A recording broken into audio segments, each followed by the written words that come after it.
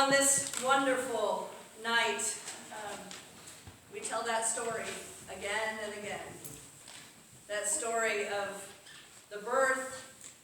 It's way, way too complicated to unpack every little morsel and nugget that is contained in that story. And I'm not even going to try. Instead, I invite us to step back and just think about the wonder of what it means that God would become flesh so that you and I can know what love looks like. That you and I can know the extent to which God will go to love us. It's pretty amazing. So I don't want to say too much. I do want to, however, let you know what's been on my mind because, God speaks in strange ways sometimes. And I want to get your mind thinking about the last time you were at Target or any other type store like that you may possibly have been in the last month or so, buying gifts or looking for things or whatnot, or this and that, or what have you. Because you probably noticed in the store where you were that there was music playing. And perhaps somewhere between Grandma Got Run Over by a Reindeer and Last Christmas I Gave You My Heart, or Santa Baby, you might have heard an actual Christmas song. A song about Christ. A song, maybe one of the ones we just sang. They're few and far between, but I love this season for simply the fact that when you go to the store, you might hear good news proclaimed in song. Hark the herald angels sing, glory to the newborn King. You might hear it.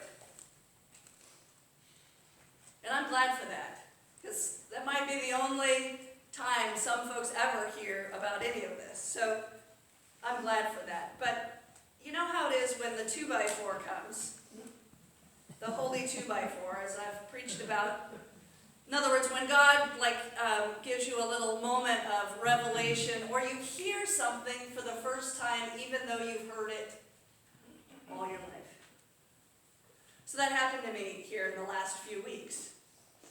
I don't know where. I might have been at a Target. I have no idea where it was, but it was one of those shops, one of those stores, where the ambient Christmas music is going on, and it happened to be Josh Groban singing "Oh Holy Night." How many of you know that hymn? Great old hymn, yeah. Oh Holy Night, the stars are brightly shining. We're brightly shining. It is the night of our dear Savior's birth. Amen. Long lay the world in sin and error, pining, till he appeared, and the soul felt its worth. A thrill of hope, the weary world rejoices, for yonder breaks a new and glorious morning. Fall on your knees. Fall on your knees. Oh, the words are just awesome, aren't they? It occurred to me, the first little snap in my little brain was, gee, we always think about the morning of Christmas morning in that song. For yonder breaks a new and glorious morning. But suddenly it occurred to me, what if it's not just that? What if it's also Easter morning? After all, this event doesn't mean a whole lot if Easter isn't somehow attached to it. And if you remember the Easter story, it happens early in the morning, on the first day of the week. The women come to the tomb in order to anoint the body of Jesus, and they discover that the tomb is empty. So all of a sudden, as I'm standing there and having this revelation with Josh Groban, he's singing about Christmas and Easter. And then, then it really gets going, because he sings the second verse. How many of you know the second verse? You do if you hear it. You can sing along. I'm going to tell you what they are.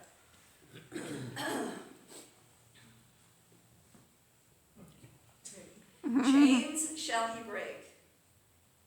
Chains shall he break. For the slave is our brother. And in his name, in Jesus' name, all oppression shall cease. Sweet hymns of joy, in chorus now we raise thee. Noel, Noel, Christ is born. Okay, well that just takes my breath away. Chains shall he break. Chains shall he break. This little baby up there, there's no chains, there's no, what is that about? Again, it's an Easter hymn in some way, isn't it? Talking about that ultimate gift of God coming into the world, not just to look cute in a manger and with a mom and a dad and animals, and it's pleasant, of course it is, but it's not for a pleasant reason. It's for an oppression. For you and I, we're stuck with our humanness, our failures, our foibles. And yet in the midst of all of that if we're honest about, we're not perfect, not any of us. And why would God love us so? That he would become flesh. But he does. Chains shall he break. For the slave is our brother. The truth is we're all slaves. And we're all brothers and sisters. And in his name all oppression shall cease. This is a great hymn of liberation. The incarnation of Christ, the coming of Christ as a baby in Bethlehem, is about the liberation that's offered to all creation, that we might be restored, like it was in the Garden of Eden, to walk with God, to be whole. And it's a gift. So I don't want to say too much. I don't want my words to say too much about what this night is about, because I think the story encapsulates it itself. That it's not just a baby that's born. It's God who shows up in a very peculiar sort of way, in a very peculiar time, in a very peculiar place, among very peculiar people, with no real, good reason except to show us what it is to be loved and to love one another. And that all oppression will cease. And the chains will break. The chains in us, the chains we bind each other with. The oppression that we all, in some manner, have carried or will carry. If you haven't carried any yet, you will before you get out of this life. It's just who we are. And it's not a bad thing. It's especially not a bad thing when God has come to us to give us peace and life and hope and joy and peace and salvation and joy and peace. I mean, we sing it over and over. It's like the incense, rising. That's why, part of the reason why I want to use it, I just like the smell of it also. But it's a special thing on a special night. So I'm going to be quiet. I'm going to let our songs continue to soar. And our hearts continue to be glad, because as we look at the manger and we continue to sing and we have the Eucharist and share that together, what we are doing is sharing in that love that God has given us so freely, so abundantly,